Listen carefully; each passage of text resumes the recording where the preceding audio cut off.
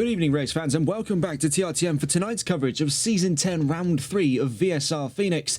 As you join us here, leaving Great Britain behind right before the very start of qualifying today. As always, I am Regan Clark. You join us here, and from a moment's time, we'll get into the thick and fast of it.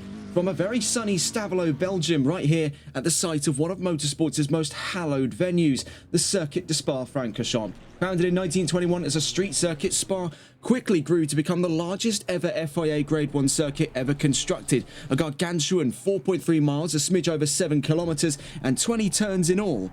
Home of the Belgian Grand Prix, as well as the Spa 24-hour and the World Endurance Championship 6 Hours of Spa. Its opening sector has been burned into the motorsport zeitgeist, as synonymous to motor racing as Wembley is to football or as Wimbledon is to tennis. In a moment's time, we'll be getting into the thick and fast of 20 minutes of qualifying coming up, looking at where we are on the calendar. Of course, we're now into round 3 and on to an hour of racing set to follow from today's qualifying session with a pit stop back on the charts. It was a very exciting opening flurry of rounds in Nürburgring and Brands, but now we're on to the standard format of which VSR Phoenix has been built upon. Let's see how things pan out today. But moments away from the start of qualifying, you can see the grid already lining up. And we can see here, just at the very start of qualifying, 20 minutes against the clock. Here in Spa, already making his way out of the gates. Last week's race winner, Elite Cassie, who won out in the 45-minute sprint and Brands Hatch at round 2 of the championship. He's riding on the successes of a brilliant run there. Started from the front row alongside Tyler Vermack. Ultimately thwarted the efforts of the 787 to take the race lead. It was a very chaotic second round of the championship. Looking at those results, some of the more poignant stories come from that of Regent and the Blue Frog. Those two started from the back of the field, finished at the end of it 4th and 9th respectively. We also saw some great hustle from Nissan, JDM Grizz and JDM Otzi, 7th and 8th for the end of last round just gone. Looking at where that places him at this time in terms of previous wins, only 2 race winners this season. White Doctor in the opening round in the Nürburgring, and the second round went to Elite Cassie, and both of these drivers now find themselves head-to-head on the same venue once more as we head into round 3. Heading into the talk of balance of performance and qualifying predictions, we'll stay on board here with Elite Cassie as he makes his way down through Pouan at turn 12 in the middle sector here at Spa. We'll get a full breakdown of the track in due time. We stay on board here with Cassie, discussing the balance of performance firsthand here for this race. As we can see, Bentley, the only manufacturer to be losing weight for this race. So for the Blue Frog, the sole proprietor of the Bentley Continental in Season 10 of VSR Phoenix, he'll be grinning ear to ear in that 61 to know 18 kilos will be shared off of the curb weight. Meanwhile, it's 1 kilo added on for Porsche, 3 kilos for BMW, 4 kilos for Ferrari. On screen at the moment, Elite Cassie behind the wheel of the 296. Nissan gains 6 kilos, as too does McLaren, and Ford gains 20. It is going to be a very, very bizarre round then. I think it's the first we've seen it where we've nearly seen the entirety of that data chart filled out by positives. Looking into those qualifying predictions, White Doctor predicted at pole with VSR Chris in 2nd, Mr. Bernie, otherwise Bully Boy, in 3rd.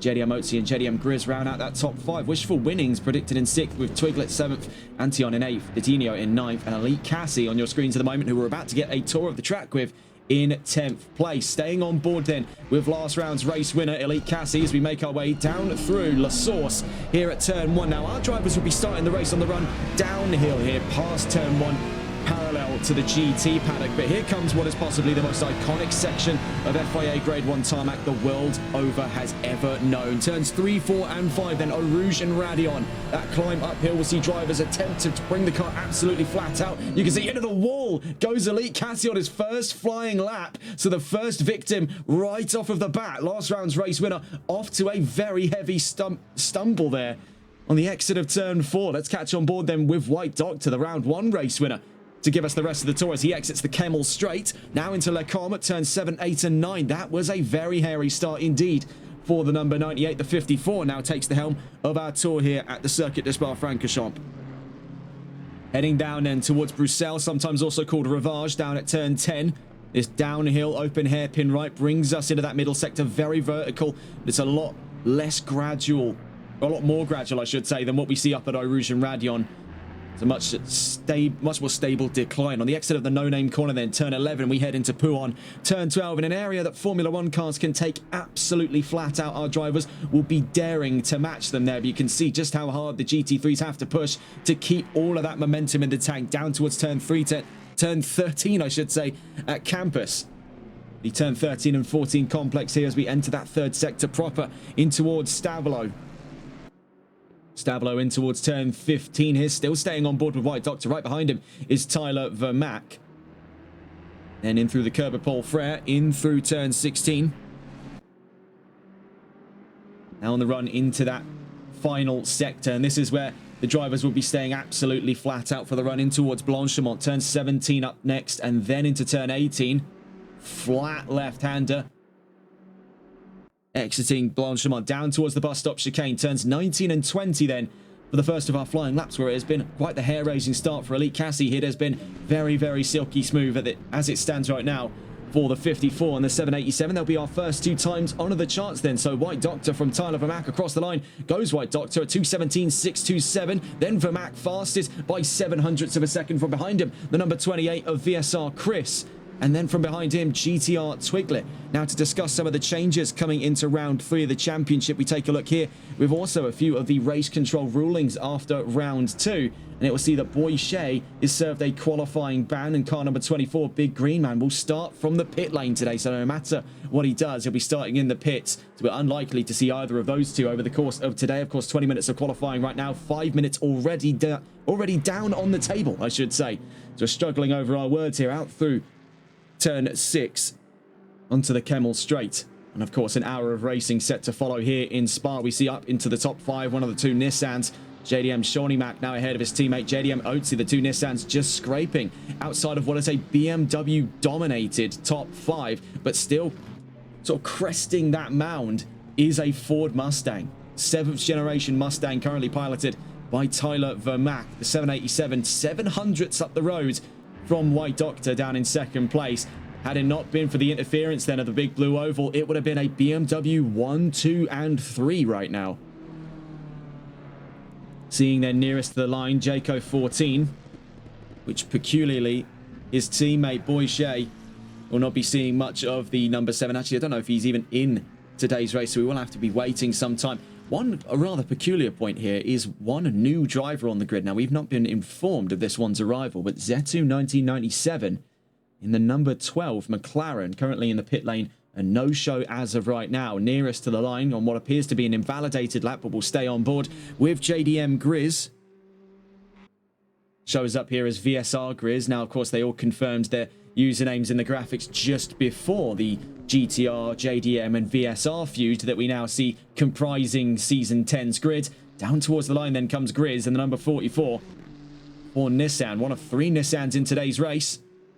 Across the line to no time there, so the data for once telling the truth. The 54 there next to the line. Here comes White Doctor. Needs 700ths over Vermack, but these two very, very close to one another, and it is an exchange up to pole position. Can Vermack return the blow? No, he cannot. Finds himself exactly 3 tenths off the mark. Next to the line comes the 96. It's GTR Twiglet to the line for BMW. Needed 4 tenths over Chris to put himself up into 3rd place. Couldn't find it that time around. The number 9 of Indian Goat crossed the line from behind him, remains in 8th place onto another flying lap. The number 982, not far from him as we speak, it's VSR Funky Fish. We'll get a full look at the championship standings after qualifying today. Had we a little more time at the session start, we would have been able to get that one out of the way, but as we see Antion across the line there, one of the only Porsches in this race, finds himself 7th fastest at this time, and looking at it here, about 125 thousandths of a second off of JDM Oatsy in the number 6 Nissan. The number 4, having crossed the line a moment ago, Shawnee Mac maintains 5th place. Now we see GTR Smiler intercede the 2 Nissans there just outside of the top 5. Heading to the line next on what appears to be a valid flying lap. We'll be catching on board then with the Bentley of the Blue Frog, or I should say we'll be catching on board with the Bentley, but as we can see, coming into the pit lanes goes the number 61.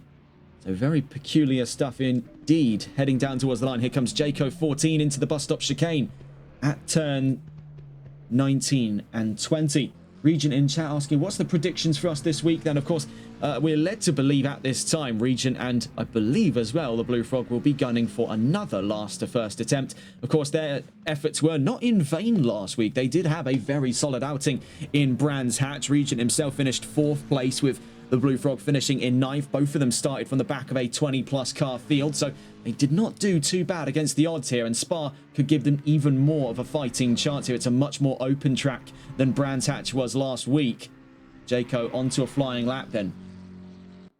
Nearest to the line, the 44, so we'll catch on board once again with JDM Grizz down towards the line for Nissan. Where can he find himself amongst his fellow GTRs? Across the line he goes, up and ahead of both of them as he puts himself up into 4th place, relegates Shawnee Mac to outside of the top 5, puts Twiglet on death's door for a top 5 start today, as we get to just around halfway in this session so far. Number 9 nearest to the line on a valid flying lap. Indian Goat just up in front of him there. The number 96 back into the pit lane. Goes GTR Twiglet. Across the line goes the number 9 up to 6th place. So great resolve there by the Ferrari. Now the only Ferrari on the charts right now to have actually set a time today. The 982 next to the line. Here comes VSR Funky Fish. As we cut away from Indian Goat from 11th place, remains there after that last lap just gone. The next to the line on a valid flying lap, another Nissan, JDM Otzi, and following in his trails from behind, I believe there to be the number 4 of JDM Shawnee Mac. So 2 more Nissans to the line. Otzi from 9th stays 9th, Shawnee Mac from 7th, goes to 6th, up and ahead of Indian Goat. From behind him there, you can see the 196 already into the top 3 goes Bully Boy, otherwise Mr. Bernie. And from behind him as well, we saw the number 32, GTR Smiler, up to 6th place. It's always been a very tough one to wrap one's head around, the fact that the GTR boys drive BMWs. And the actual GTRs are under the JDM tag, which is ironic when you consider the R35. That one especially is left-hand drive, so it's not even part of the Japanese domestic market.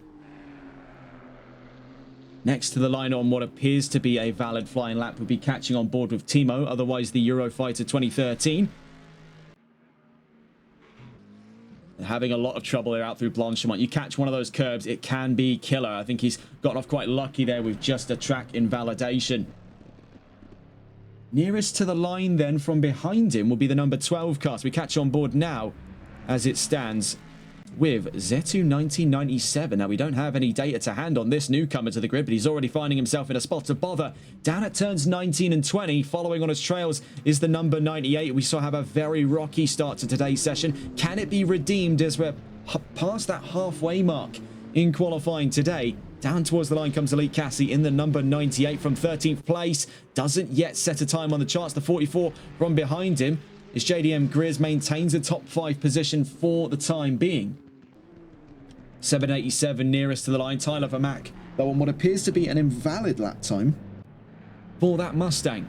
Nonetheless, it makes a Ford 2-3 at this time. Can it be a Ford 1-3 in the hands of Vermack? He's looking very, very close to challenging White Doctor once again. To see these two go head-to-head on track, it is a real treat. But one does wonder, where is Elite Cassie in all of this? He's riding on the successes of not only having taken the win last round, but also having moved into the championship lead. With White Doctor having missed out in round 2, has put him down to what is now currently 5th in the championship. We'll talk about that after this qualifying session. We'll get a full run through of the top 10 in the championship standings across both categories overall as we get into the formation grid for round 3.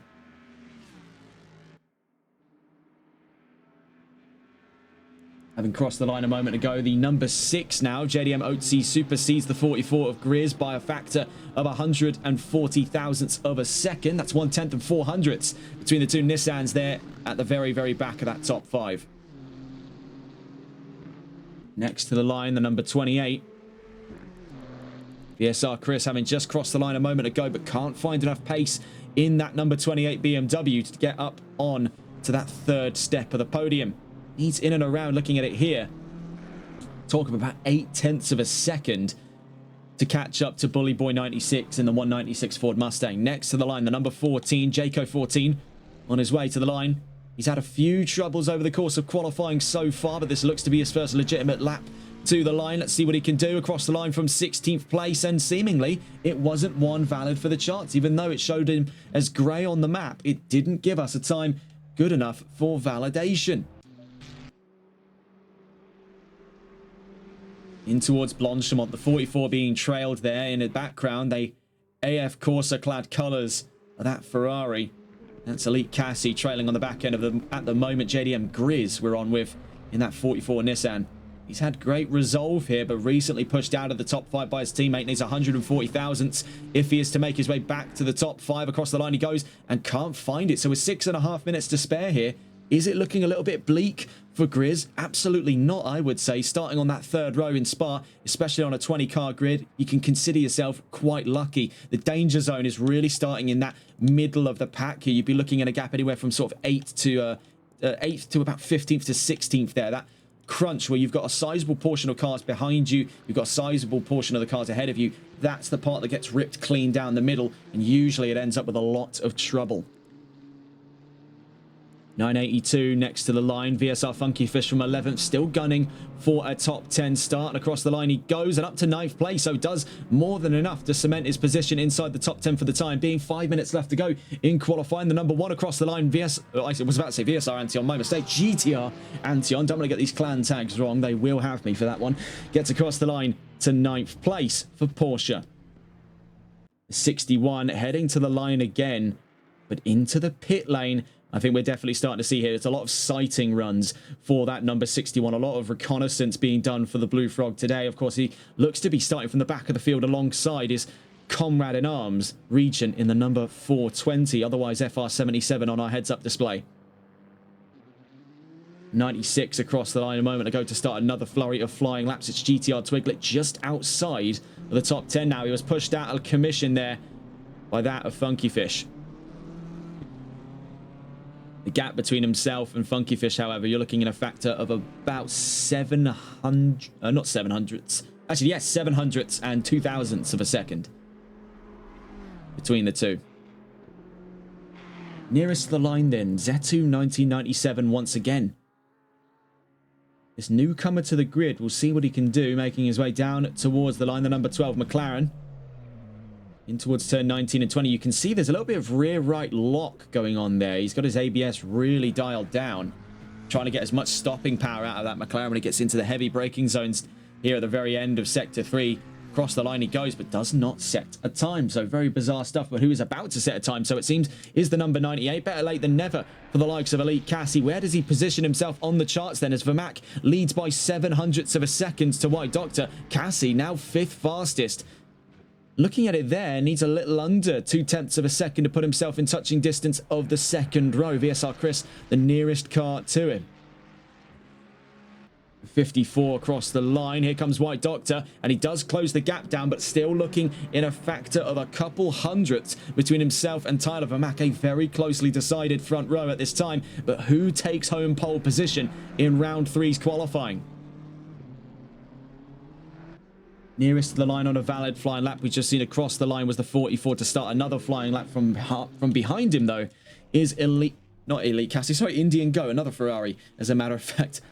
Down towards the line then comes Indian Goat. The number 9, currently 13th, needs a couple tenths of a second to put himself on GTR Twiglet, but no, cannot find it on that last lap. Just gone, 3 minutes left to go. Functionally, a lap and a half if he really puts the foot down. So time is growing fickle here in quali. And rather peculiarly, we've seen a myriad of drivers avoiding setting times on the charts. Now, we've seen for some cases there have been qualifying bans, but not sure how many exactly were dished out. We know the big green man is starting from the pit lane, so that's the reason we've not seen the 42 out on track. I believe, actually, on our notes there. Yeah, we had him mistakenly identified as car 24. If we just bring the notes back up now, it does reflect more accurate results. Pit lane start for car 42. He's starting from the very back of today's race, but that could once again serve to be his benefit, as we've seen Spa, like plenty of tracks we've covered in the last week and a half of broadcasting here on TRTN, has been a real breeding ground for serious race incidents. And we've seen actually most recently in the Competizione Performance League Jaguar race we covered from Brands Hatch this morning here on Wednesday the 19th of November, it was calamity in race 1 of 2. So if it can happen in that environment with a single make of GT3 car and a much smaller track, think about what the kind of chaos a track of this grandiose nature can generate. For White Doctor, time is starting to run out. He's in through Blanchemont. He's got enough in the tank for one more flying lap, so it seems needs 35 thousandths of a second, but up the road, potentially to open the gaps up Also, with one more lap left to serve, here's Tyler Vermack to the line. Can he open the taps up over 35 thousandths? No, he can't, and he's calling it quits. So it's up to White Doctor now. Can he take pole position away? Yes, he can. 1.5 minutes left to go in the session, and he's 122 thousandths up the road. We did see data to suggest today that the high 216s were possible. It seems right now it's a little lower, the ceiling of expectations, a 2:17.010, the fastest time of today's qualifying session. Nearest to the line then, the man in third place, Bully Boy 96, otherwise Mr. Bernie.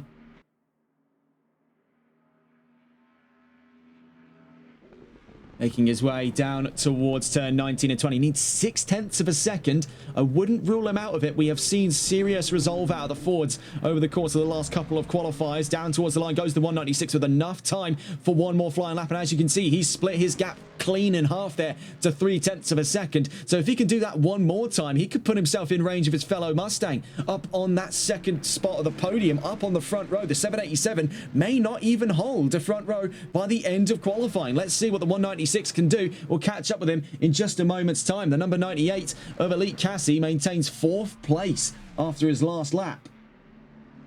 Currently, he's down through campus, heading down towards Stavolo, so we'll be catching on board with him in due course. The 504 nearest to the line, Eurofighter 2013, otherwise Timo, has 10 seconds to the line. The Mustang might just make his way onto the timing charts, and that he does, 15th. But with one more lap, there is always room for improvement. It's now or never. So we'll catch up with him in due course. And then we can see, though, the 504 actually is calling it quits there, so we won't be catching up with him until the race. So Elite Cassie making his way out through Blanchemont. Could he be a potential new encounter here to that front row? A lot of expectations riding on that of Bully Boy. We've seen it's been better late than never for the case of the 98 Elite Cassie, who started this qualifying session off with a bang to the wall, gets to the line to a slight improvement, but maintains 4th place. He is in more than enough of a powerful position for the race start today. The 44 there, nearest to the line. Let's catch on board with the last of the, actually second last of the Nissans out on track right now. We have the number 6 also out on track, being JDM Otzi in 7th place. We're on, though, with JDM Grizz, the number 44, on the exit of Blanchemont. Nissan have shown fantastic resolve in qualifying today here in Spa. That VR38 DETT engine has really done them a world favour. In through turn 20. Down towards the line. Can he make his way to the top 5 for Nissan? Across the line, stays dead level. So we'll catch on with his teammate in a moment's time, but in between the pair of them is the 196. We saw him split his gap in the last lap just gone as he exits Blanchemont. Out through turn 18, turn 19 and 20. Quickly await the arrival of the 196. We watch with bated breath then to see what Mr. Bernie can do. Making his way out through the bus stop. He's into the pit lane and calls it quits. So JDM Otzi next to the line. The number 1 in pursuit being GTR Antion in 11th place. Otzi to the line. Can he get up and ahead of Twiglet? Yes, he can. To 6th place goes the Nissan. And off by 7 thousandths to a top 5 start. Very close at the end of qualifying.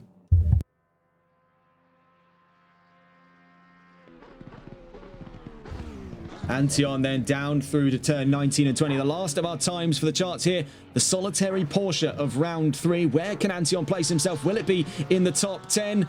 Couple hundredths to have made it, and sadly couldn't find it this time around. You can see a large gap of drivers, though, not taking any qualifying runs, and for various different reasons today. But there you have it, folks. Looking at that, White Doctor on pole position, a last lap effort by the 54 to put himself 122 thousandths up the road from Tyler Vermack. One of the closest gaps we've seen in the session so far today has been that between Chris and Otzi, 7 thousandths of a second.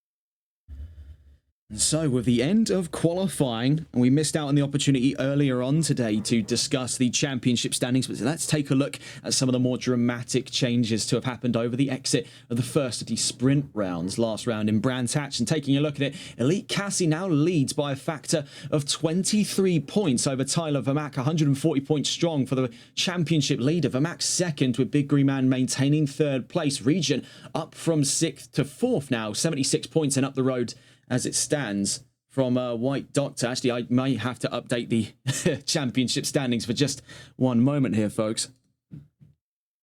And taking a look at it. Okay. So we were inheriting a little bit of legacy code from the last one there. So let's just quickly patch that one out. And job done. It happens all the time, believe me, more than you'd like to know. Cass in the first of those positions then. Elite Cassie leads ahead of Tyler Vermack in second, with Big Green Man in third. Region in 4th place with 102 points, puts himself 10 points off of Big Green Man. White Doctor only pushed to the back of the top 5 by a factor of 2 points. VSR Chris in 6th place with Otzi in 7th. Those two divided by a single point between them in 6th and 7th place. Smiler in 8th place with Tommy in 9th. Rounding out the top 10 then is Funky Fish with 66 points in the championship. So looking onto the grid here for round 3 of season 10 of VSR Phoenix, White Doctor takes up the helm of pole position. He was up the road by just over a 10th to Tyler Vermack in 2nd place. Bully Boy, otherwise Mr. Bernie, in 3rd place with Elite Cassie in 4th. VSR Chris in 5th with Otzi 6th, Twiglet 7th, Grizz in 8th, Smiler 9th, and Shawnee Mac to round out the top 10. Antion in 11th, Funky Fish in 12th, Indian Goat 13th. The new driver on the grid, Zetu, starts from 14th place. Eurofighter starts in 15th. Regent 16th, Blue Frog 17th, Jaco 18th, Smug Git technically 19th, as Big Green Man will start from the pit lane. As per the race control rulings after round 2 of the championship.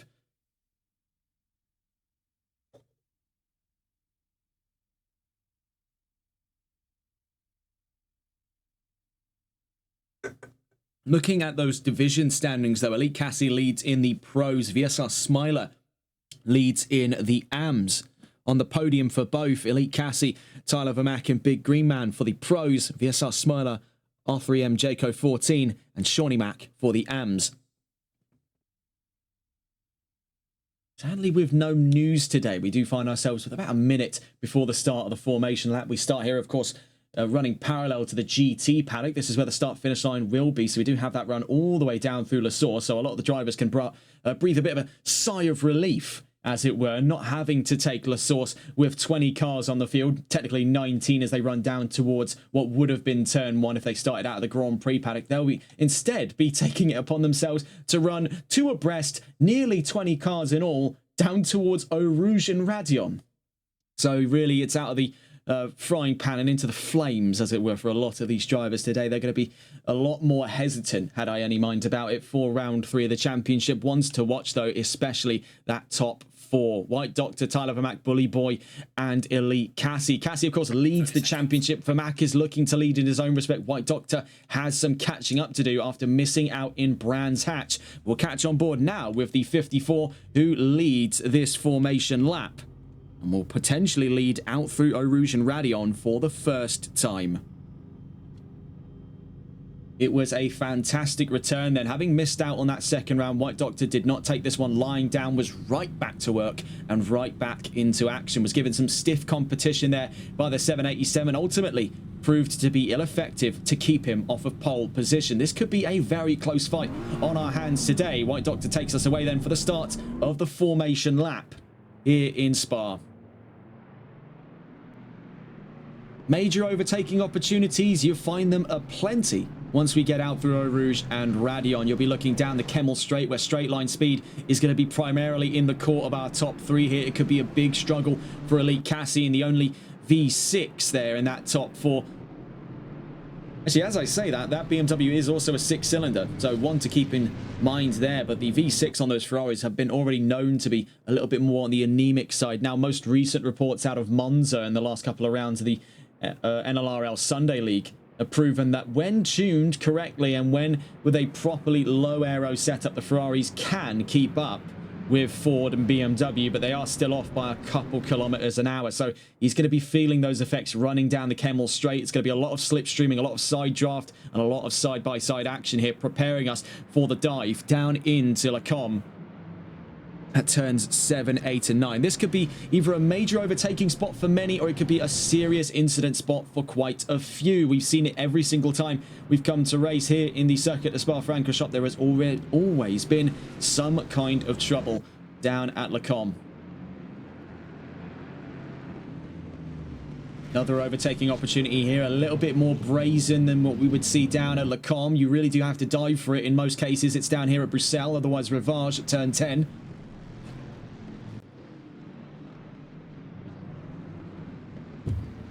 As we cut away then from our race, well, potential to be race leader, we see here, there is your dynamic duo from last round. These two partners in crime, as it were, the 420 and the 61, did make for a very entertaining show. That both of them started from the back in Brands Hatch. They don't actually start from the back this time around, as far as back as they can get, with quite a few drivers around them not having set any times in qualifying. They actually find themselves in looking at it here, 16th and 17th, so they seemingly have a little bit more of an advantage than I think they were gunning for heading into round 3. We'll be keeping an eye on these two as we saw them stampede up the line back in round 2. Tyler Vermack would be looking for redemption here. He started from pole position back in Brands Hatch and finished 5th after a very mixed bag of an event. He'll not be looking to take this one lying down. Same story really amongst these two. You've got two drivers that are really trying to gun for the apex of their game in this championship. They're trying to knuckle down after suffering losses. And this, perhaps a little pang of desperation between the two, could create a bit of a flashpoint in their championship hopes. We've seen already when push comes to shove, things can get nuclear at a moment's notice here in VSR. We've seen it several times over the course of the last 3 seasons of coverage. This has been a thing as far back as season 7 when we started coverage here on VSR. Probably the most famous case of it was back in season, I think it was season 8 now, the flashpoint at the Le Castellet race over in the Circuit Paul Ricard, and that was between White Doctor and Just Boris, the reigning season 7 champion. Could we be seeing a similar event creeping around the corner? Well, only time will tell us different. Looking at, of course, back to that calendar just before we get underway with racing today, you can see that we're here, the Circuit de Spa-Francorchamps. Now, this just accounts for the 2025 leg, with 5 more rounds to follow in 2026 over the winter break. Or after the winter break, I should say, out through Blanchemont. Enough of the specifics. It's time to race. Heading down toward turn 19 and 20. They have got quite a long procession here, deceptively long, as most people would normally think for the first time watching here at Spa that they'd be starting down at the finish line at what is the Grand Prix straight, running parallel to the pit lane used in the Belgian Grand Prix. No. This could be quite a heavy one today. Heading down towards turn 1. Another thing to consider as well, with that mandatory pit stop in play, it is going to leave our drivers thinking a lot more tactically for today, as this circuit does comprise the longest pit run on any track in ACC. It is going to take a considerable chunk out of one's racing time to go in and out of the pits, even for just slight service, enough to clear the regulations. So they're going to have their thinking caps on today as well as getting into the mood for racing. They go too wide then, out through La Source, heading down towards the run out of turn 2 towards Eau Rouge and Radion here for round 3 of season 10 for the first of our hour-long races back onto the traditional format here in VSR Phoenix as we go rolling down towards the line. 19 cars on track, 1 from the pit lane, 20 cars in all. Without further ado then, folks, for round 3 of the championship, we are green and racing here in Spa. And a brilliant getaway we've just seen there by the likes of White Doctor. Now up the road from Tyler Vermack, putting it single file before either of them got the chances to get elbows out through Eau Rouge and Radion. Now up towards the Kemmel, we see already the Mustang back on the fight back, but a remarkable start of the ages for the Ferrari. We counted it out for but a moment there, but as you can see, Elite Cassie is a rocket ship down the Kemmel straight. He's already up past Vermack, was looking on the inside of White Doctor. It was contact between the pair of them, a cruise missile in the form of that 19 98 Ferrari now drops down to third place, nudged out there out of Lecombe by Tyler Vermack, still up and alongside, attempting to be there with the with the Mustang, I should say, of Tyler Vermack. We see here the number 787 under siege from not only the number 98, but right behind him, the number 196 of Bully Boy. What an enthusiastic start there by Elite Cassie, and also to note as well, what a great start for JDM Otzi. You can see that the Nissan has not lost steam with things. Yellow flags out at the no-name corner, the number 9 and the number 982, both in trouble. Let's see if we can get a look on board here with these two. Try and catch the number 9 car, but I'm having a little bit of trouble finding it. We see the 42 here passing up what is a wounded Funky Fish and trying to look for the number 9 car. That'll be Indian Goat. We can see here does have a little bit of damage over the nose and seemingly over the rear end as well. You can see it compounding his efforts to get through campus, and that looks like potential steering damage as well after their incident.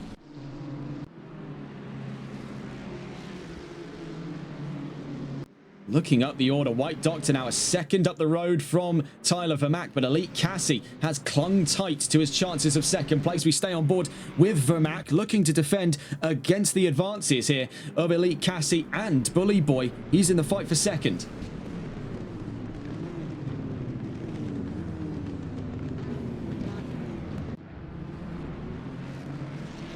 So after that first lap, a very solid start there to be remembered for the 54 White Doctor, right into the work, right into the thick of work here in Spa, out through turn 1 at La Source. We're staying on board with Tyler Vermack. Right on his trails is Elite Cassie and that number 98 Ferrari. We really did count it out in terms of that straight line speed. We could see that come back to bite him on the backside a little later on, as he's already put distance over the Ford and Nissan at the back of that top 5. His sight perfectly set here on the 787 we're watching on board with. That's Tyler Vermack as we exit turn 6. You see up the road that bright purple BMW, that's White Doctor, and then right behind the purple Ford is Elite Cassie. You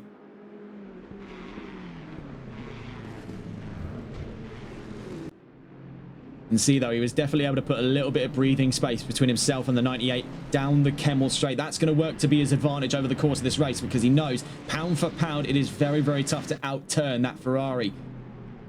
Physics is just simply on the side of that 98. He's got a better center of rotation, he's got a better center of gravity over the Ford. The 42 ran into trouble over Erosion Radion, and that was seemingly Big Green Man out of round 3 of the championship, the first of our DNFs today. You watch here down the line, Timo being given pressure from Smug Git. This is for 16th place. He himself looking up the road at a potential chance against Jaco and Zetu in 15th and 14th. Finds himself stuck in the middle towards the back of the field today. Bully Boy in 4th. To take note of it there, the number 6 right behind him. There's JDM Otzi with VSR Chris right behind him. JDM Grizz not too far off either from that of GTR Twiglet down in 7th. We see here he is, Grizz in the number 44, chasing that BMW out through the curb of Paul Frere. A little bit of upset up the road from that of VSR Chris, and the number 28 could invite in some infighting amongst the BMWs here, knowing that it's an all Nissan tide carrying either side of it, with Otzi up the road, Grizz and Shawnee Mac 2.2 seconds apart from one another, 8th and 9th, and right onto the tide of BMWs caught in the middle. They've surrounded them for the start of this race, the JDM team. Out through turns 19 and 20.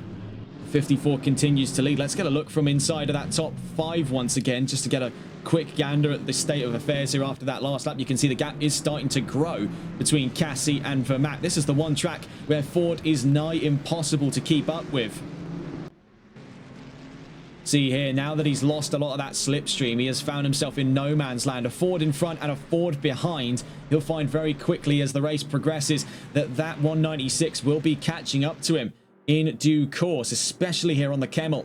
But that V6, the same baseline V6 used in the Ferrari 499p hypercar that's won Le Mans 3 times back-to-back in the last 3 years, is just a little too anemic for the world of GT. At least here in Spa, I can't vouch for its efforts everywhere else. I mean, we've seen it to be a very competent vehicle on most tracks, but where straight line speed is a baseline requirement, Ferrari is struggling. Speaking of Ferraris, here's Regent on the warpath. Started from 16th, I believe they're on track, trying to get as far back as the order as he could get for our last to first. He'll have to remain content with a penultimate row there. We do have trouble. We'll cut away from that discussion for a moment as we do see trouble, and it's at, looking at it here, this is a Lacombe. On with the 29, who was in trouble there with the 504. These two were fighting earlier. That was Timo and Smudgit, who have come into contact down at turns 7, 8, and 9. Green flags clear in Sector 2, but just on the trailing end of Sector 1, the 504 still trying to self-right here. And that's where the yellow flags are still out, trying to get himself out through turn 9. He can barely get the car rotated. Could that be a potential retirement? He's adamant to get the car on track. You can see the Ford is giving him very little to play with as he makes his way out of Lacombe. He's back on track. Green flags out for the 504.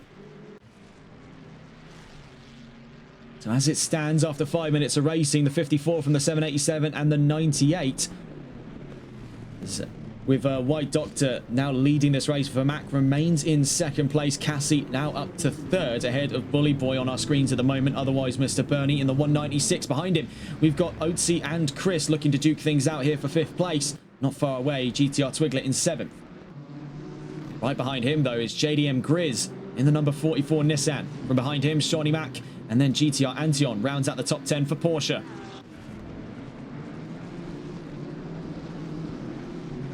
One thing to note here, where it's been a little bit of a slower procession to the line for the 420, it has not been the case for the 61. If we can catch on board here with that of the Blue Frog, he has really had quite a solid opener. He's actually within his chances already, no less than 10 minutes into this race, to being within a stab of a top 10 position, as he's half a second out from GTR Antion. Now, to consider this as well, 4-litre twin-turbo V8 engine up against that 4-litre flat 6 over the rear end of Antion's Porsche. In terms of straight line speed, Porsche also do have a tendency to struggle here. They are, like Ferrari, quite rotation intensive. Maneuverability is purely on his side, and he's up against that Goliath of a Bentley. But one must consider as well, back into the very brief discussions again of balance of performance, that Bentley is the only car today to be shedding weight, and it's shedding it by double figures. So he's got quite the advantage here, a much lighter spring in his step for that 61. The Blue Frog continues his efforts to fight into the top 10. We'll stay on board with him here in our fight of 10th place. From behind him is Regent. So those two still not too far away from one another as they continue to make their way up the line.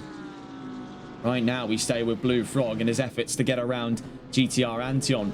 Porsche versus Bentley, I must say, not a matchup I was expecting to see here in Season 10, but it is a very, very good sight for the eyes and a great sound for the ears as well. That flat 6 howl versus the V8 rumble.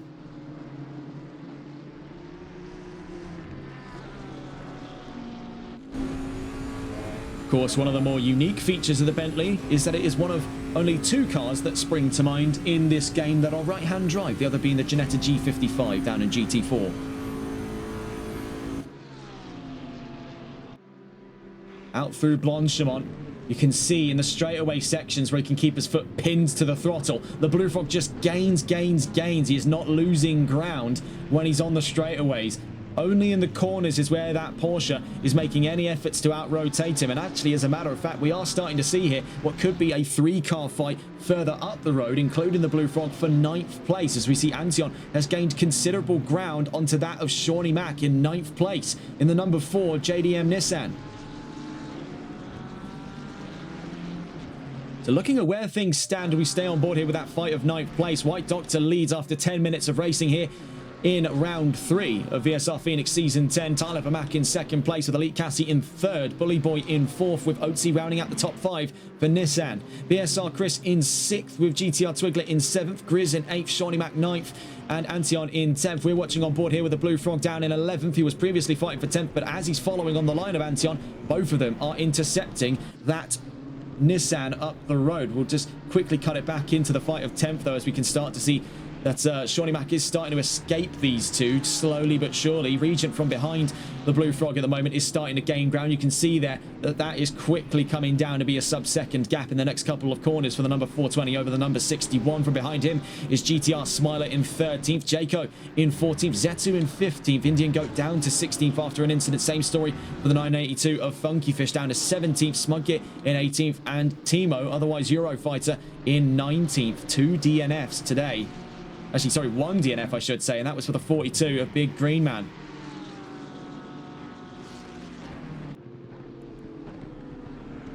Nearest gaps outside of this fight right now look to be a very close one coming up between Otzi and Chris. Will be cutting in between these two. We stay on board here, though, just for the time being with the Bentley, following its way down through Stavilo at turn 15.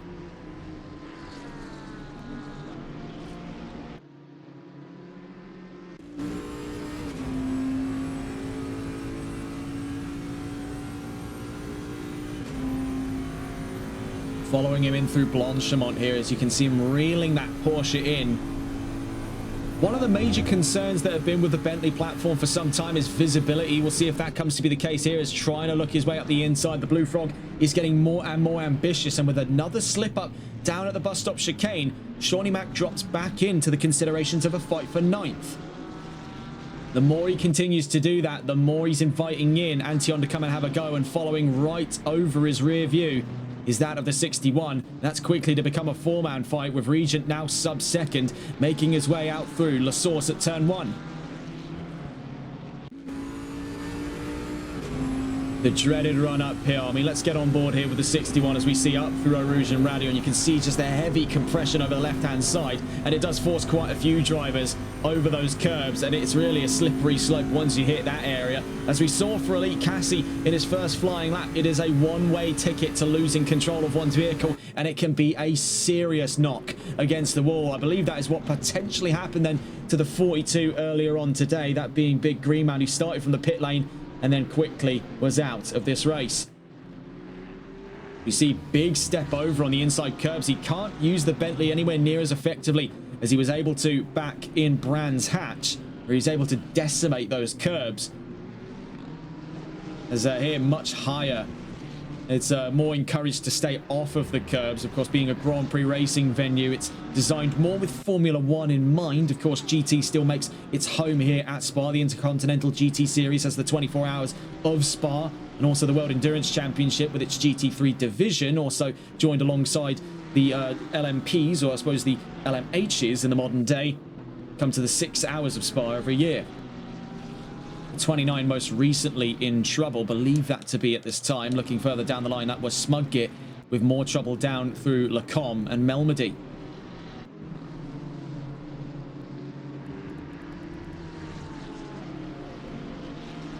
So as we quickly cut away from the fight for the Blue Frog, we must take our attention now over to GTR Antion, now in that fight proper for 9th place. A drive-through penalty issued for GTR Smiler, as the first of our penalties come rolling in thick and fast here. We're on board with Antion for Porsche, on his way currently down through the bus stop chicane, right onto the back end here. Battle of 6 cylinders.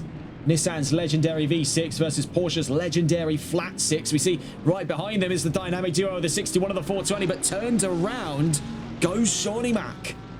Taking a look at that on the replay, that got ugly down through turn 19 and 20. I don't think he was expecting the Nissan to carry such little speed out through turn 20. You can see runs over turn 19, holds the inside for turn 20, tries to hook his nose in there, and that's where contact was made between the pair, turned around. So that has given Premier access to the spot he was fighting for up to the 61. Now up to 9th place goes the Blue Frog, with Regent pursuing for 10th. Antion does find himself in a real spot of bother here, with a Ferrari chasing him down. He's traded one V6 for another, Nissan for Ferrari. Further up the road, we are seeing a very close fight going on here between Twiglet and Grizz, the 96 versus the 44. We're going to catch on board with the 44 if we can at this time. And here is Grizz, the fighting of two, trying to catch up to a whole sleuth of cars up in front of him. You can see that's running all the way up to 5th place, with Otzi now outside of the top 5, being recently passed by VSR Chris, the only multiple-time champion in VSR history, Season 3 and Season 6 champion in the 28 car. make their way down through to Buon as they spread out just a little bit there. The 32 now has its drive-through cleared. That's the all clear for Smiler. You see here further up the road is fellow Nissan, the number 6 of Otzi, currently fighting back to return to 5th place.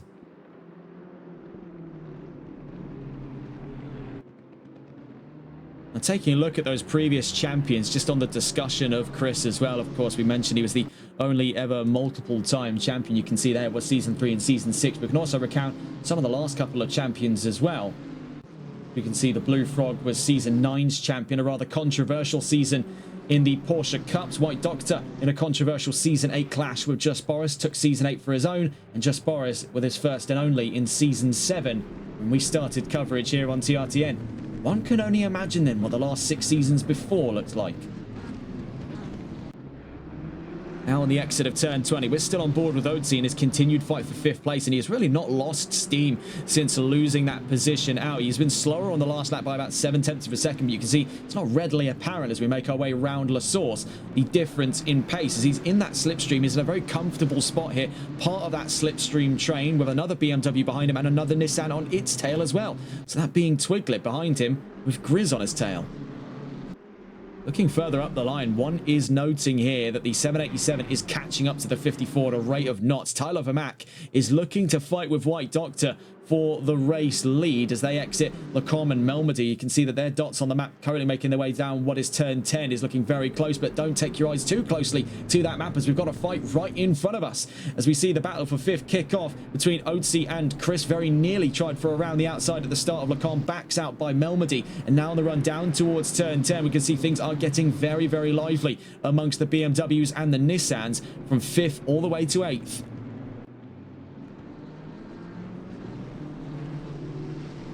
Down through the no-name corner then, turn 11. The sun starts to set here. We are looking at the potential for night racing here in Spa. 42 minutes. It might just drop below the horizon by the time the checkered flag comes out.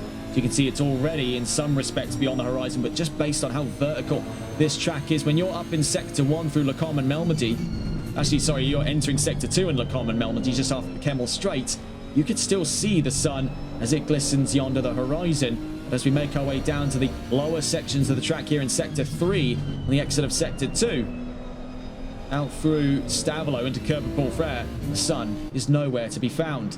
What that's going to create is a bit of a cold spot on this track as the race continues, with no more sunlight heating the track up like we saw in qualifying earlier on. Our drivers are going to start battling more and more to find even an ounce of available grip. He's dropped away from the fight of 6th now. Almost said VSR, it's JDM Oats. He's still learning all of these new acronyms adorning these drivers. Of course, 3 different major clans for Season 10 seems to be the running theme here. And now in that fight for 6th place, being intercepted by GTR Twiglet in the 96. Bear in mind, Grizz not too far away from him either. As a matter of fact, I'd make the argument that that Nissan is much closer to being in a chance of 7th place and Twiglet is to 6th at this time. It's going to take a big slip from Otzi on our screens at the moment to put that into consideration. It's looking very, very close at this time between those two. In the pit lane right now, the 32 and the 504, Timo and Smiler, both in the pits early doors here. Up through Eau Rouge and Radion. Cut away from Otzi to look behind here with a bit of an upset on balance for Grizz. He cuts a little bit over the right-hand side on the exit of Radion. Now as we head down the Kemmel, lurking in the background, you can see is that 61. The Blue Frog now into the top 10, looks at a chance to fight with these two in the near future. We can already see a great exchange though. Solid defense there by Twiglet to hold his nerve in towards Lacombe and Melmedy. Didn't compromise too greatly on his overall momentum. You can see that that Nissan is a real handful for Grizz. Constant sliding. We saw the first of it down at Eau Rouge and Radion. Now we see it out through Melmedy. On the exit of Ravage into the no-name corner.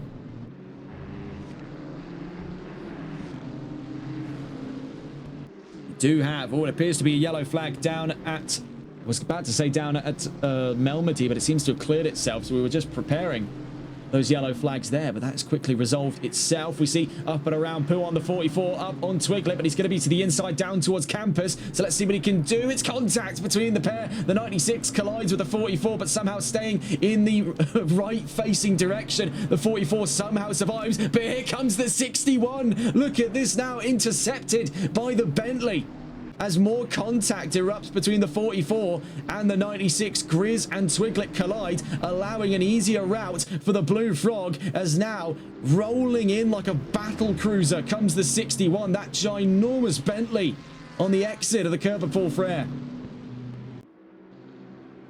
But not over yet. We've got the battle of the beasts here. BMW, Nissan and Bentley on the exit of Blanchemont. Barely any room between the three of them on their way down towards 19 and 20 here at the bus stop chicane. And somehow still leading the charge after all things said and done there. The 61, after a very ambitious entry to this fight. Now, they've traded one back of the field runner for another, as now intercepting them is that 420 with Regent up into the top 10. They found themselves sandwiched between that dynamic duo who started from the back in Brands, tried to start from the back today, actually ended up starting a little further up from the back, but nonetheless made great hustle. Looking at where things are concerned, as we're 8 minutes away from the halfway mark, White Doctor leads Tyler Vermack in second, and as you can see there with the fastest lap on the 787, proving furthermore that he is gaining on the 54. The question is, how long will it last between these two before we start to see fighting for the race lead? Elite Cassie settles into third place with Bully Boy in fourth, VSR Chris in fifth, JDM Otzi in sixth. Blue Frog, we've just seen now, is up to seventh ahead of JDM Grizz in eighth, GTR Twiglet behind him in the BMW in ninth, and Regent into the top 10. Antion in 11th, Jayco in 12th place with Shawnee Mac down to 13th, Funky Fish in 14th with Indian Goat down to 15th, Zetu in 16th, Smugget in 17th, Smiler and Eurofighter, otherwise Timo, in 18th and 19th. One DNF, of course, from that of Big Green Man earlier on in the 42. Mustang on the exit here of the no-name corner. Could have been trouble for the 44, and I think he's only just seen the first half of it, is heading in towards Puon. Here comes the 96 up on the inside. GTR Twiglet trying his dearest to regain position over that 44. This is heated between these two. They've ultimately lost in the long run to the Blue Frog, but their fight remains consistent with one another. Staying on here with VSR Grizz, this continued fight at this time for 8th place. He's defending off from the approaching 96 and the 420 right behind him to make threes company. Now, we may have to draw your attention in the next couple of minutes here to the fight potentially to erupt on the leading position, as we are keeping close track of that leading gap right now between the 54 and the 787, and it is starting to close. Now, on the exit of Blanchemont, we can see from behind the 96 could be getting caught up here by Regent. See over the rear view of VSR Grizz, the 420 could be sizing up an attack over the 96, looks to run things high and around the outside at turn 19. The 96 runs deep, that puts him to the inside at turn 20, but ultimately it looks like it'll be a drag race down towards La Source with the 420 up a position for the time being. We'll see by how long does that last, as catching on board here with Regent to the outside of GTR Twiglet. You can see covers to the left-hand side to give himself a more aggressive line through La Source, but it's contact again, this time between the 96 and the 420 as they exit turn 1. Now, having dropped down to 11th place, Regent will not be happy with that one. Tried for it, swung through. You can see the 96 ran a little bit wide past the apex, ultimately leading to that collision. Regent now down to 11th place. We see here with Cassie in a comfy third. Started 4th, now up to 3rd place. Let's catch on board here just very quickly. Back on with Grizz. You can see despite his efforts to get up and ahead of... Oh, actually, as I say that... Oh, never mind. That, of course, was the fight going on behind for for Regent and Twiglet. So I was wondering, oh, why does it look so different from behind Grizz now? That is exactly the reason. Oh, we've still got 2 more events this week. I tell you, I am not going to be functional by the end of this week. Fun times. The 44 then, in 8th place, can breathe a little sigh of relief knowing that his nearest competition is over 2 seconds away, that being GTR Antion, with Porsche now up to 9th.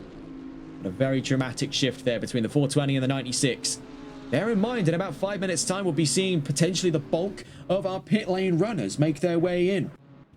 We see for the 54, he stays out.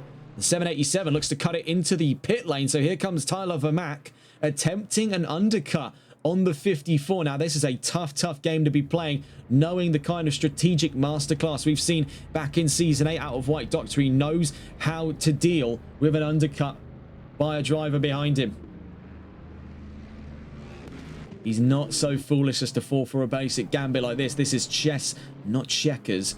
For the race leader, he's just going to power ahead now, knowing that he's got to make absolutely every lap count before his own pit lane run. Whether or not he moves immediately to cover it off or gives it a little bit of a longer run here, allowing for Mac to sort of stagnate amongst traffic, knowing that's where he'll emerge.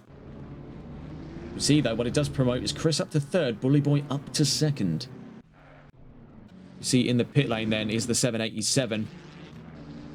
Also in the pits is Elite Cassie. So both second and third in the race are in. Cassie looking to potentially stay a lot closer to Vermack. His chances much more poignant between himself and the Ford in contention for what is provisionally second in this race. We saw a very enthusiastic start off of Cassie.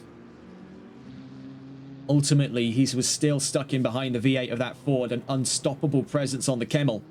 But I think all have fallen short of that that inline 6 in that BMW. What a machine that has been today. An absolute powerhouse here in Spa. I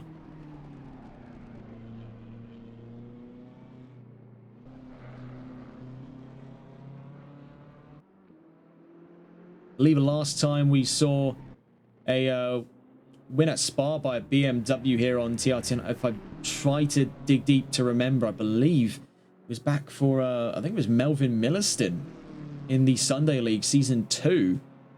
The opening round, he competed with BMW to a race win and then sort of disappeared for the rest of that season, leaving competition between Ivanov Lebey and Bush. The two Astons versus the Lexus that formed that chapter. Right now, though, we could be looking at another BMW win. They've been an absolute juggernaut here in Spa. Leave it to White Doctor to best advertise its prowess. 54 leads in this session, then we'll see exactly how that stacks up.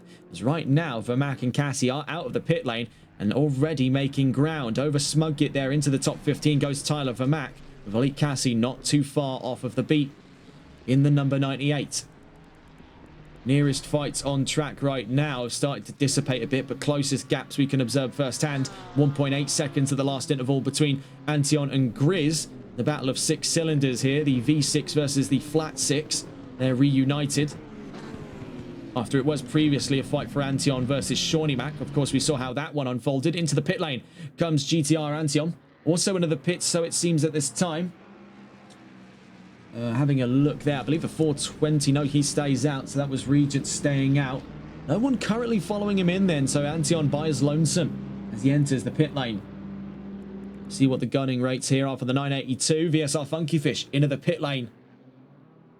What is always a very bright and vivid paint job on that 982. We've seen him in Aston Martin, we've seen him in Porsche, now we see him BMW following on his trails there, the number 9 of Indian Goat with Ferrari. 3 drivers into the pit lane right now. No current indication of the nearest fights going on as we start to see a converging fight here between the drivers still out on track and the drivers now carving their way back through the field. You see here with Zetu, he'll be next in the iron sights of Tyler Vermack. Right now he's a whole 3 corners, make it 4 corners away from the 787. He makes his way up through Aruj and Radion, whilst Vermack just exits, or actually I should say was just halfway through the pit stop chicane. Not the pit stop, the bus stop chicane. So, approaching that 30-minute mark proper, halfway into round 3 of the championship right now. We see that White Doctor continues to lead. Of course, we have this long-winded strategy in the bookings here, and the question therein remains, who will emerge at the race lead? Will it be Tyler Vermack with his undercut strategy, or will it be White Doctor through a stroke of genius? 196 we can see started in that top 5 in today's race. Bully Boy was in a very comfortable position over the course of today's race, about 4th place behind Elite Cassie for the majority of round 3. But as he makes his way out through Blanchimont, will we be seeing the 196 come in? Because the 54 is in. So what is the going rates here for the 196? Bully Boy potentially to go to the pit lane. Yes, there we can see into the pit lane goes the 196. What will be the going rates for Chris then? It's going to be a curious sign to see if he follows on trend. He stays out. Is looking to try and extend his margins over the cars behind him. As for Otzi, same story. Blue Frog to the line after a fantastic opening stint, stays out. What will be the going rates here for Grizz? Same story. Jayco down towards turn 19 and 20. Will we be seeing him into the pit lanes? No, that is not the case. What is the case for Regent in the 420? Same story as what we saw from his compatriot in the 61. Twiglet, however, into the pits he goes. Shawnee Mac looking potentially for a pit lane run in the number 4 on the exit of turn 19. And there you can see making his way in.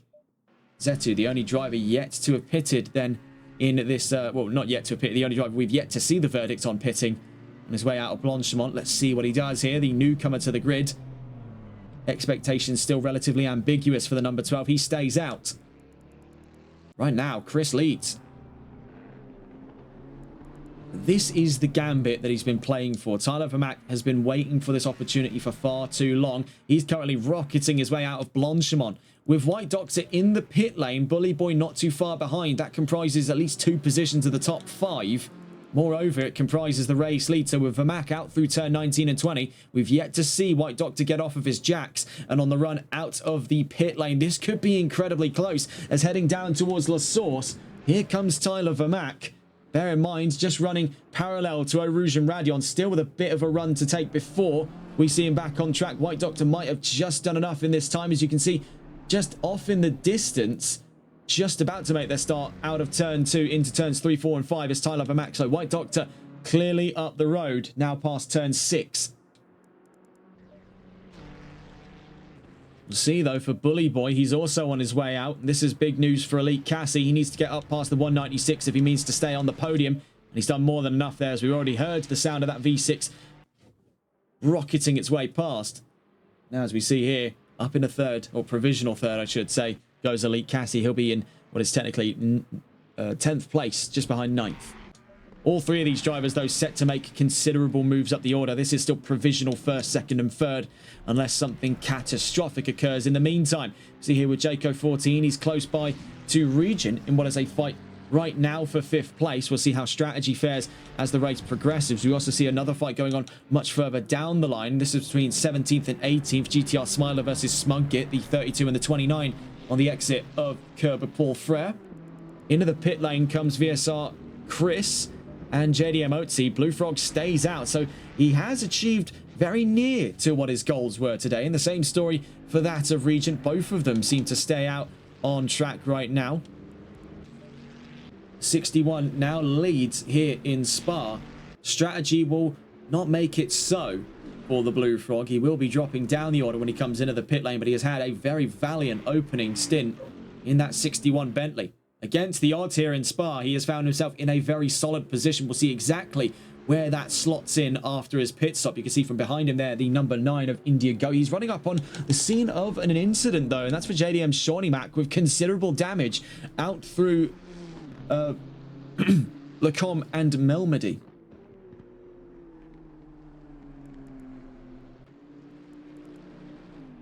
So trouble in the bookings there for the number 4, the 61.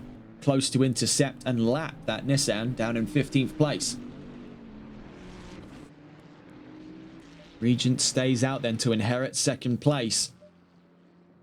With Chris in the pit lane and only one other driver to have stayed out, that being Zetu, that puts him up to what is currently 3rd at the moment. White Doctor is up and past into 4th in this race.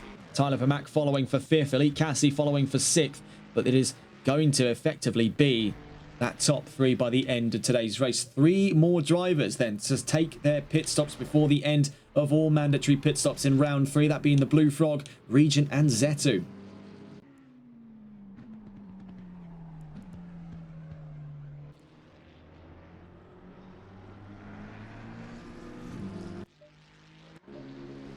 As it stands, even despite an hour of racing here in Spa, oh, that's trouble for Zetu just as we catch on board. That's out through the no-name corner at turn 11.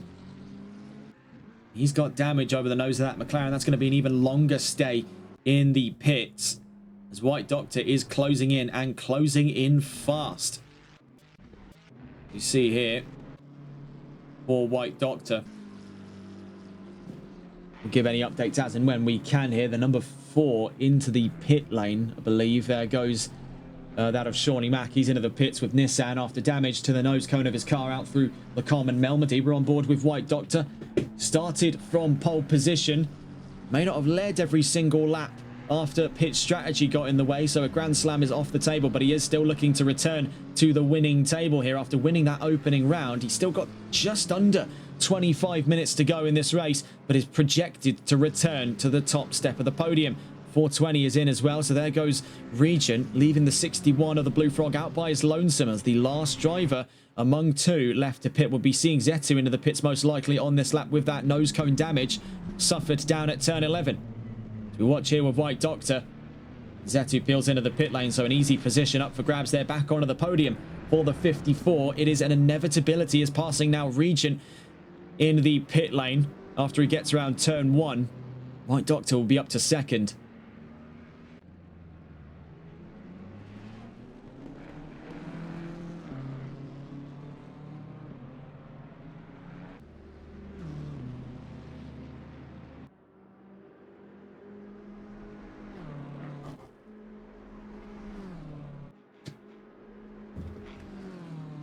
On the exit of Eau Rouge and Radion. And just about, I'd say, a third of the track existing there between the 61 and the 54 in first and second place. That's more than enough to be covered by one pit lane run. So it's an inevitability, really, for when White Doctor retakes the race lead. You can dread it, you can run from it, but that 54 will still arrive all the same. 23 minutes left to go. Let's see what he can do in the near future.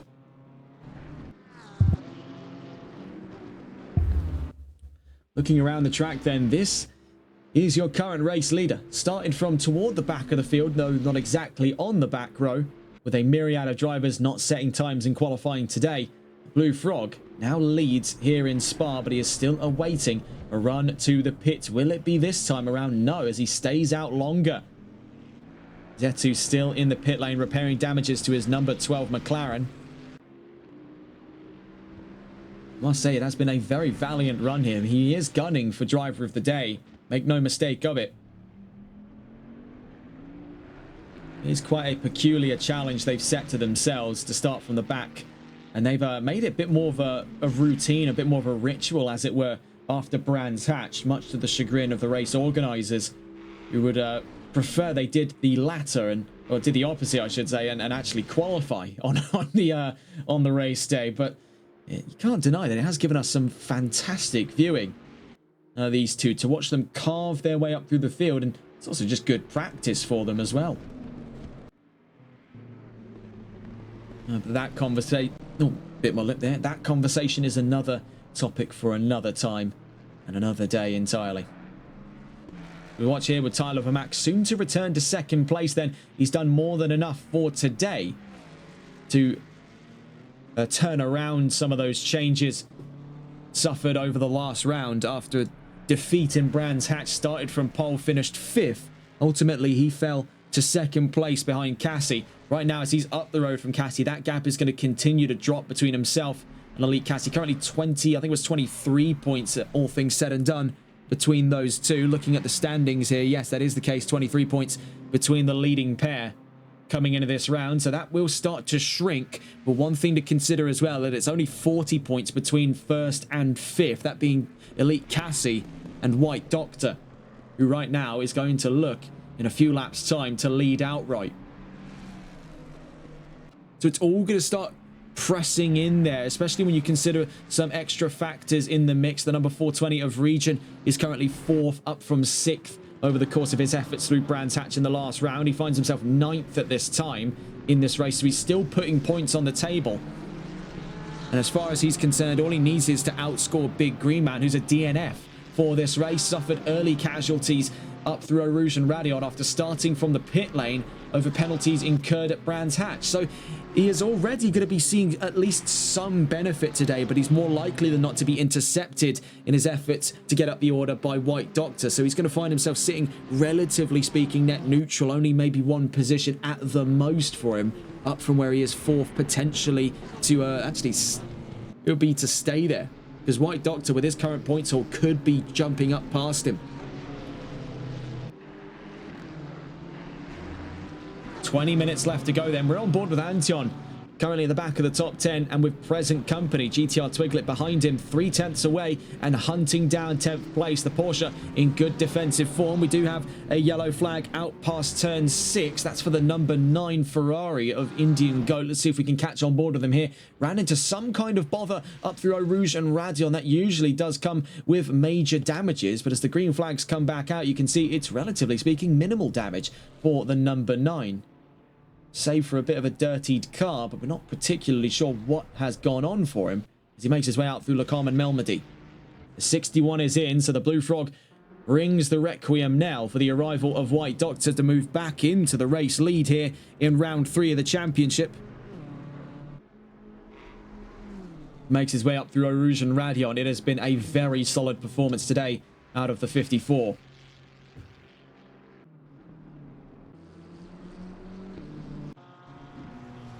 We're now going to catch on board with GTR Twiglet as it stands, as he's in a very, very close fight. They're up and around past Blanchimont, now up through turn 18 and up and ahead of Antion.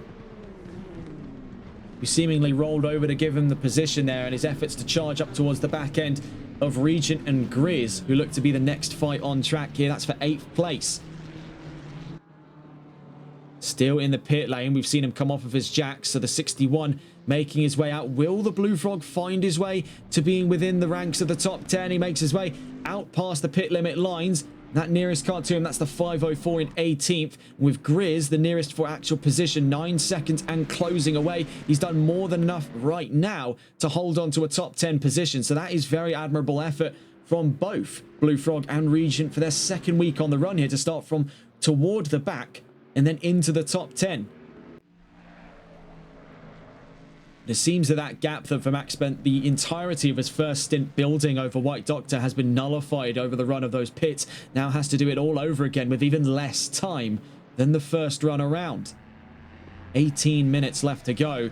He's 6.3 seconds out, and with big upset there out of Kerber Porfret, I think he just has to cling onto that 787 and hope that he can get to the checkered flag here. Maybe has to abandon his considerations to fully pursue the 54. He's already in a very good point scoring position. As it stands, he's outscoring Elite Cassie, so he's doing more than enough, but it's really a case that the 787 could more be gunning for the satisfaction of winning over the actual benefit it brings. 7 seconds though up the road. It's going to be a tough act to follow. Quickly catching back on board then. We were watching with the fight a little earlier on from that of Twiglet's point of view, and he was getting his hands full. We also started to see the beginnings of a fight brewing up the order between Regent and Grizz. That's since neutralized and has actually become a sort of stalemate between these three, as they're all at equal distance from one another, near about 8th, 9th and 10th. Looking at where we stand though, 3/4 of an hour coming up on in this race. Currently 17 minutes left to go, so we've burnt through what is currently 43 minutes of racing at this time, with White Doctor still leading the fray after that run of pits. And moreover, he's moved up to take the fastest lap off of Tyler Vermac. So maximum points yield coming up for the 54 if things stay as they are. 16.5 minutes to tell that any different. Tyler Vermac in second place has held on to where he started the race from, has had admirable fighting spirit, and has done more than enough to recover from the damages incurred back in Brands Hatch. He's outscoring Elite Cassie, who's at the back of the podium, also making good points hauls at the moment. Will keep that lead by looks of things of the championship for a little while longer. Bully Boy with great hustle today is going to find himself even further up the order as things continue to persist. Right now, he's looking towards the looking in the actual standings here, just trying to get a look for where he is. And Bully finds himself 17th right now, but with a very close point spread to that top 15. He will definitely find himself in that sort of scratching distance of the top 10 if he continues on form like this. The number 9 in more trouble. That's for Indian Goat. Yellow flags out. This is down at Blanchimont. I think I can start to piece together what has gone on here for Indian Goat. We've seen this on a very rare multitude of occasions here on TRTN across multiple different championships. I think the car has kicked out on him out through Blanchimont. He's got up and over the curbs and it's violently snapped. We saw an incident such as this a long time ago, back in, I believe, the opening rounds of the Solo Multi-Class Endurance Championship by NLRL, That was for Hayden Prodger and his time very briefly spent with Nissan. That is a bizarre one there for Indian Goat, but unlike Prodger, he's emerged with far fewer damages to the number 9. Most recent pass has gone to that of GTR Antion, now up the road from Jayco 14 up to 11th place over the number 14 McLaren. Still nearest gaps to be considered is one quickly starting to narrow down between Grizz and Regent in 8th place as we drop into that 15-minute mark.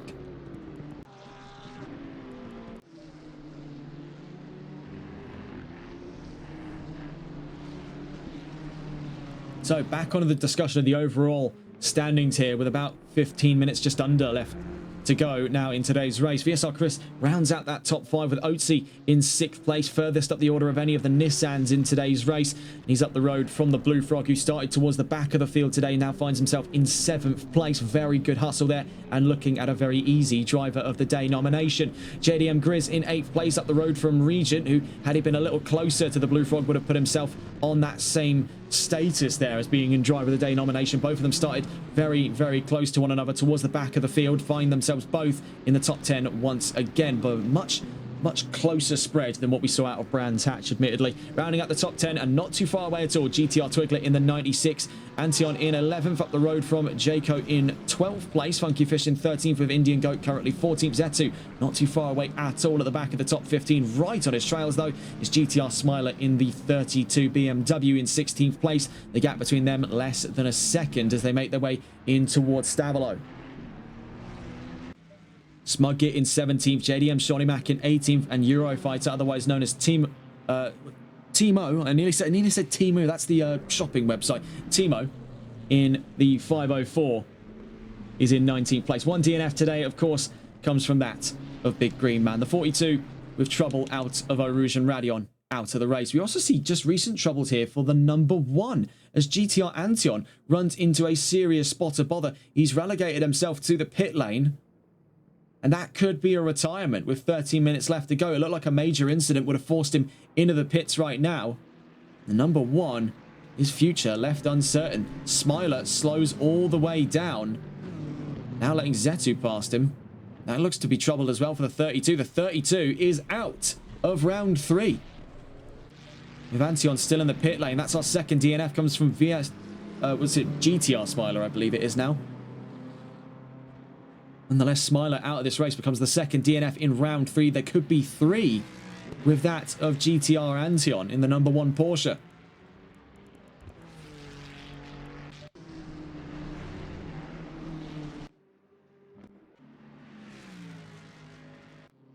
Done little to affect the current tide of things in that top 3. White Doctor, Tyler Vermack and Elite Cassie.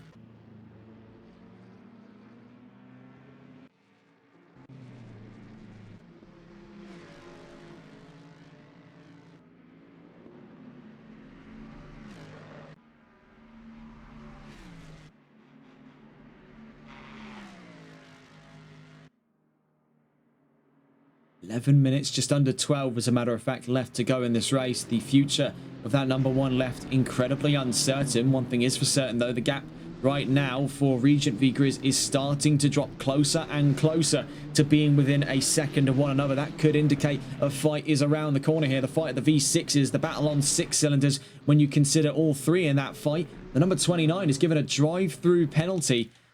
Looking on the map there, that's for Smudgit. So it's gone from bad to worse, really, for him today. He's had quite a few issues over the course of round 3. This is really just the icing on the cake for him here in Spa. We stay on board here with Grizz, having a look as to where we'll be coming up into the next couple of weeks of racing before we wrap operations here in 2025 and what has been a fantastic year, not only for VSR Phoenix, but also for us here on TRTN. We can see that our next week will see the same format as today, but over in Austin, Texas on November 26th. That'll be at the Circuit of the Americas. Then we're back onto the 45-minute sprints like we saw back in last week's race at Brands Hatch. This time we'll be heading to Zandvoort, at the Circuit Zandvoort on December 3rd. Then we get to head to a TRTN sort of commentator's favourite among the holy trinity of tracks in our personal preference, the Bathurst Circuit, otherwise Mount Panorama in New South Wales, Australia on December 10th, back into the hour format, and then a very unique one to round out 2025, December 17th, Kyalami for 2 hours and 2 mandatory pit stops in a race the longest of its kind all season following the same format as the season opener at Nürburgring. That'll be on December 17th. 5 more rounds to follow in 2026. We'll discuss those closer to the time. You can find all the information on the VSR Phoenix Discord server. Right now, though, as it stands here in round 3, it has been a real mixed bag for some.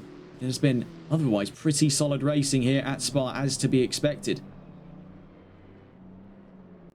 As we settle into that final 10 minutes, we can see quite scattered grid here, perhaps even a bit of a broken grid, with a lot of those incidents kicking off very late into the race. And that's quite a shocker when you consider Spa's reputation, especially in some of the events we've been covering most recently at Spa or out of Spa.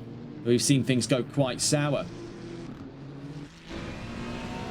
We saw just briefly there for Regent v Grizz, as we've got just a beautifully vibrant evening sky to become the backdrop for this brilliant fight set to follow for 8th place. A struggling 44. That Nissan is losing grip. It's hemorrhaging time over the 420 that is catching up to him. You can see, though, as he opens the tap, that VR38 is just unbelievable in a straightaway. Not to be underestimated, the Nissan GTR did not earn the name Godzilla by chance or by association. That thing really just was a monster. In towards Le Com. You can see, though, he's taking quite a lot of trips over the curbs there, trying to find even a slightly shallower line without bringing on these scrutineers for track limits. JDM Grizz is throwing absolutely everything here. The problem is, with throwing a certain substance against the wall, is that you end up at the end of it all, even with something that sticks, is a wall covered well in excrement. And that seems to be the case right now for the 44. Throwing absolutely everything at the wall to see what sticks. Right now it's just ending up with a bit of a dirty wall. In through turn 12 we go then. So we found out the reason behind Antion's early retirement of this race. The number 1 ran into technical malfunction, as he's just explained in our chat there, and we can probably word it in a way that's a little bit more broadcastable, but he's had his genuine emotions in there. All of these drivers do. Brake pedal stuck on all race, couldn't take no more. That's of the bit we're able to read out, but that is the number 1 on the reasoning there why he's out of the race. To be fair, for what he was able to do for the longest time, the defense he was able to try and put on, the overtakes he was able to try and do, to have the pedal on, and I believe I might understand exactly what he means by that, because I do know it's a case for some of these older pedal sets, namely by that of Logitech as a real culprit for it, where dust gets into the sensors and ends up tripping them, even if they aren't being pressed. I think that could be what potentially happened. The fact that he's been able to do all of that with the brakes sticking on his car, I mean, that is impressive. That is still very, very impressive. It's obviously a shame that he's out of the race and not much that he can do when it comes to technical malfunctions. That is sadly one of the many brutal realities one must face in sim racing, just like in real life. Just every now and again, and we see that's the same reason for Smiler as well. Wheel disconnect. So we saw him rolling down the opening straight in the run down towards La Source. We were confused as to what went on just then, but it seems that both of them struck by a cruel stroke of fate at the very same time before the end of today's race. 6.5 minutes left to go. We've been on board with Regent for the longest time here in this pursuit up towards Grizz. We're going to take a look a little further down the road, as we can see things are getting very close for a certain pair here on the Kemmel Straight. Jayco being slowly intercepted by Funky Fish. You can see right now Smuggy is actually riding the trails of that number 14. We'll see if we can catch on board with these two as they make their way down through Le Com and Melmedy. We try and catch on here with Jayco 14 being intercepted and attempted to be unlapped by Smuggy. Right behind him, riding on his trails, is the 982 of VSR Funky Fish. So he could be riding it all the way into a fight of 11th place, but only time will tell. And as things continue to run down here, we've got functionally about 3 more laps left on track here in Spa before the end of today's race. Could even be less than that. You see here for Cassie, it's a lonely drive for the 98. Great hustle to put himself in that fighting space right at the very start of this race, but ultimately has fallen short to BMW and Ford, and really in a Ferrari there wasn't many expectations of anything else. A flash for the camera there, knowing that he's being watched. It's been fantastic hustle for the 296, but in the straightaways very few can stand the test of time against Ford and BMW. In fact, I could only name 2 other manufacturers to be within a fighting chance of it, neither of them right now here on this grid. That being Aston Martin, namely the V12 Vantage, not the V8 Vantage, and the Lexus RCF, the only other 2 cars that spring to one's mind to be within that touching distance. We stay back on board now with Regent as he re-engages this fight, currently for what is 7th place on track, up against JDM Grizz in the 44. That bright green Nissan has done a very, very solid job of defending for the longest time, but you can see that the gap is slowly being reeled in. He knows he's got that Nissan on the line, and he's just slowly reeling him in here. He's on the hook down towards turns 3, 4, and 5 up at Eau Rouge and Raidillon.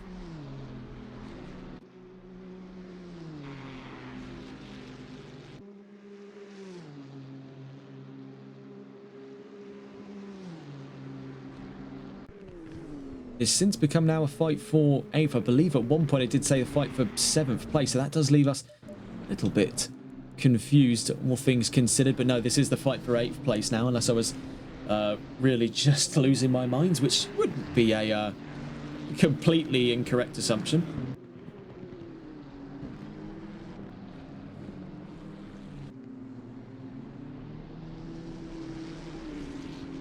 And that's the reason for it. The reason why we've been seeing those fluctuations in the standings between these two is because there's been a few connection warning troubles for that 61. That's Blue Frog up in 7th. That's what's led to those few incorrections there. So I wasn't going crazy. Thank goodness for that. 3 minutes left to go then. We'll be approaching the final laps coming up not too long from now. 2 cars in the pit lane, Smug-Git and GTR Antion. Of course, we know the reason for Antion, but Smug-Git into the pit lane is a confusing one indeed. At the 29, could he be on the same cruel stroke of fate that has befell both the 32 and the 1 over the course of round 3?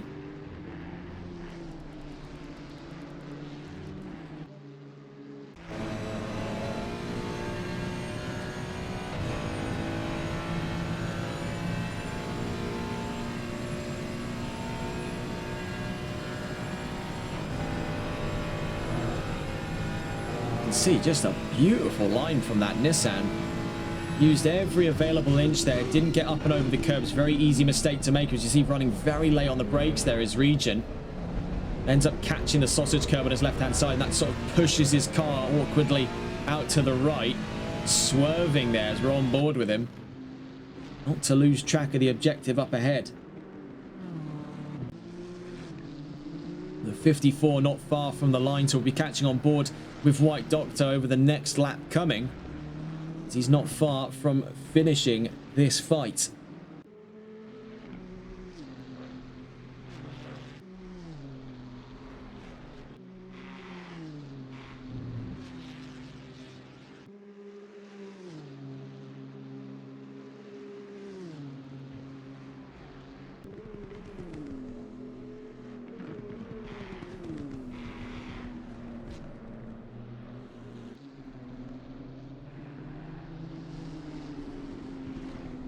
You see though, Grizz has really gotten a wriggle on in that 44. Just watching over through sector 1 into sector 2 now as we go. We'll be catching on board with the 54 over the next lap coming. The 54 currently out through turn 20. So there goes White Doctor to start the final flying lap of this race.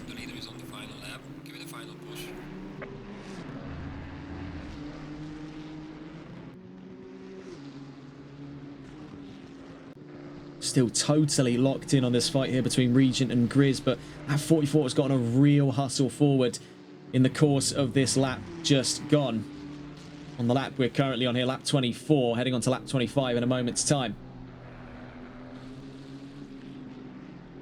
It could go down to the wire. I think it is definitely likely in the case here of the 420 and the 44. It takes one slip to put this back side by side. I do not doubt the chances of these two being able to get side by side for position. The question therein remains, with such solid defense today, can Regent really consider his odds to get up and around Grizz? That has been very solid so far. Good pace all around by Nissan. definitely one to consider. We'll cut away from them for the time being just to quickly take a look around the track here for some of the nearby fights, and this is the closest among them at this time. So closest to consider. You see further up the order for Nissan as well, JDM Otzi leading the charge for the... Actually, as I should say, this is leading the charge for the JDM team, and this is one remarkable note to consider. This is Bully Boy, of course, is identified on the championship standings as JDM Bully. Despite driving what it appears to be here is a Ford Mustang. Nonetheless, he technically leads the charge for the JDM. Leading the charge for Nissan is Otzi. Less on the semantics, really, of car choice. We catch on board once again with Regent and Grizz down through Eau Rouge and Radion. You can see a few little stutters here, and I think it's for the 61 running into trouble here. The Blue Frog not far from being in that position to take driver of the day. You can see, though, that is a super high ping warning for the 61. He's going what is effectively super critical here for his connection.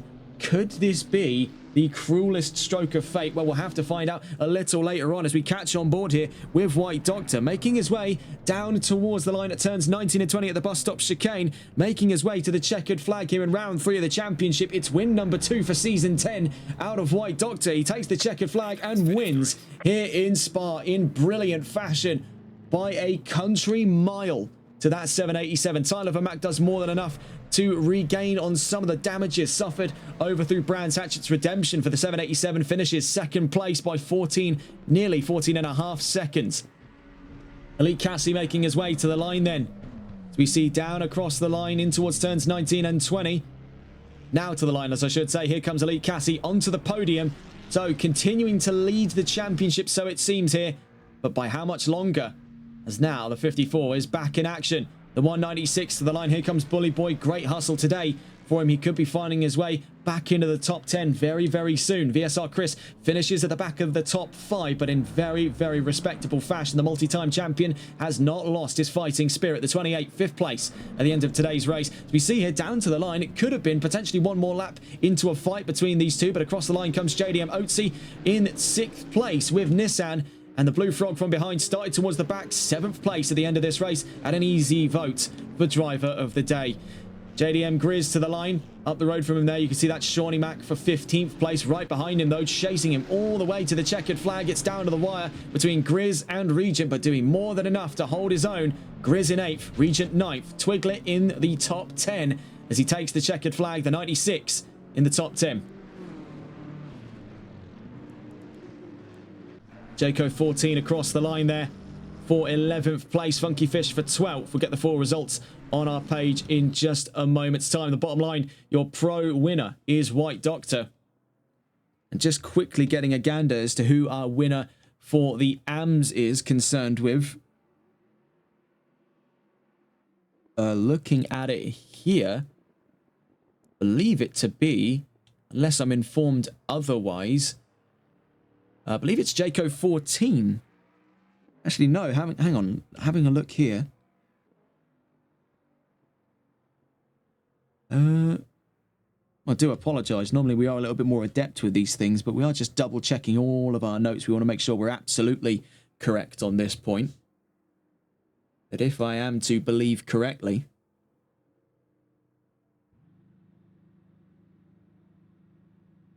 yeah, as it stands by the looks of it there.